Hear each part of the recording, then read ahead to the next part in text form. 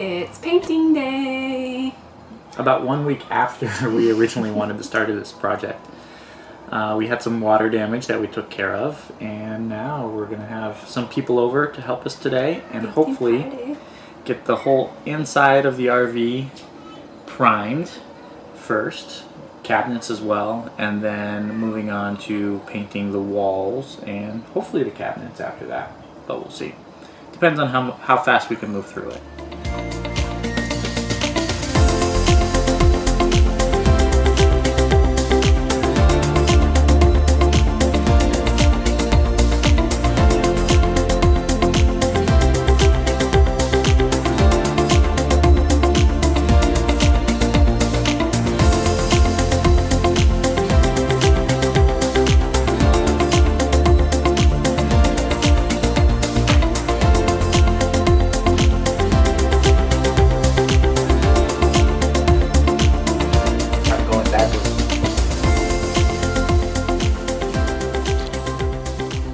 Painting the walls in the RV is actually pretty quick, but the thing that takes the most time is painting the cabinets. This one here, the entertainment center, which is actually going to double as my desk, took me about an hour and a half to do, and I actually forgot a section on the inside up there. So I've got to go back and finish that up. We're making good progress today. The walls are covered in primer, starting to get color on the walls. Feels good to make progress.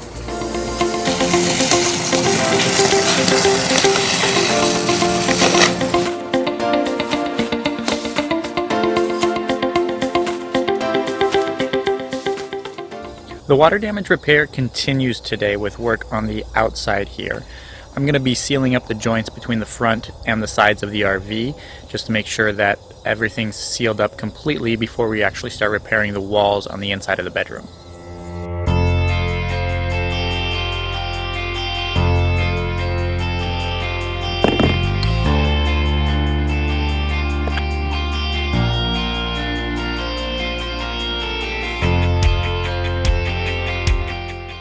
The seam stripped off pretty good, and as you can see here, there's a lot of screws that are in really good condition until we get right around here. And this is where our water damage is on the inside wall in the bedroom. I've got a couple screws here that are completely rusted out, and these ones at the bottom, which are for the storage compartment, is exactly where our damage is in the storage compartment as well. And we have a few screws that actually won't screw out at all, because I'm assuming that the beam right in here is completely rotted out.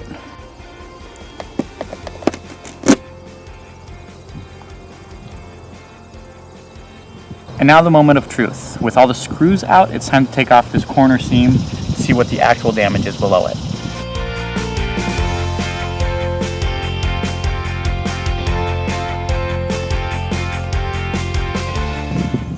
With the corner seam completely removed, we can now see some of the real extent of the damage that's behind the panel here. As we got halfway down, you could definitely see that there was damage right here at the corner and a little bit further down. It's not as bad down here. The aluminum panel is coming apart, but that was held in by the seam itself.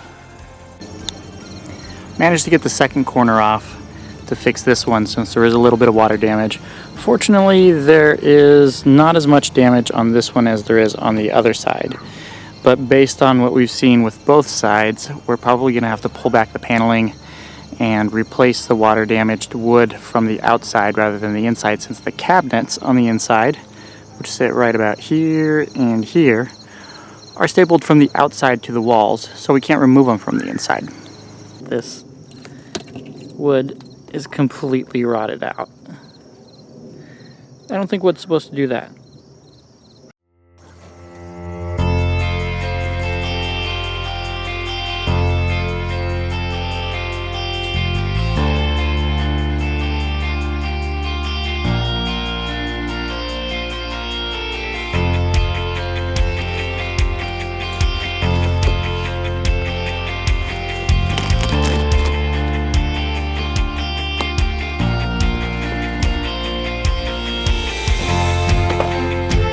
Now you can see to the inside of our bedroom.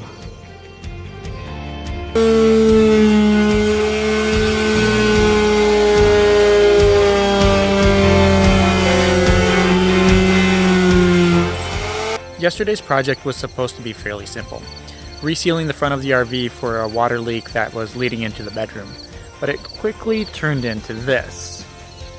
As you can see here, we've gotten into something a little bit more complicated. Now I've got to replace a lot of the rotted wood that is much worse than what we thought it was before we can actually put this thing back together. Nearly have all the floor removed in the storage area underneath our bed, but as I was cutting out the floor, I barely missed the wiring here that comes from the battery. I had no clue that it was actually connected right here, but I lucked out. Didn't cut any cables or hit the metal there for the connections. Now to figure out a way to unscrew these and remove these boards, and hopefully find another way to attach them as we're laying down the new subfloor. After a week of false starts and tearing things apart we weren't planning on tearing apart, it looks like we're going to finally make some progress. Yesterday we got the joists laid underneath the subfloor in the storage area in the front of the RV, and now it looks like we're going to be able to finally lay the floor. And once that's done, that means we can get the front of the RV put back on.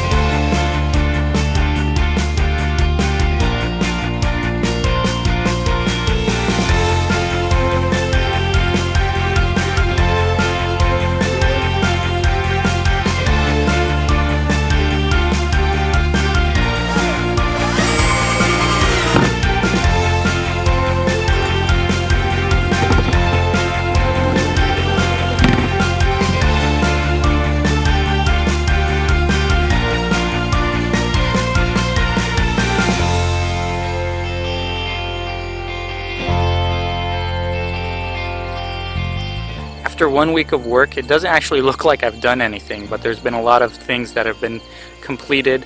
All the water damage has been repaired. Take a look inside here. We have a new floor in the storage unit, completely solid. Took that out completely and replaced it all. New joists at the bottom, new studs on the sides and the front here. And now all really that's left is to get the aluminum paneling back up, and then after that repair the seams, which is where the water damage started in the first place. The last step of this process is actually getting on this Seal-Tite corner seal tape before we get the corner molding back on. As you can see, it's a little bit different than some of the tapes that you might have seen already. It actually has a fleece lining on the back so that the sealants can stick better to it, better adhesion than what you would get directly with the aluminum. And then it molds around the corners, creating a Seal-Tite seam already before you get the caulking and the corner molding back on. So I've got to finish this up and then do the other side, and we'll finally be done with this.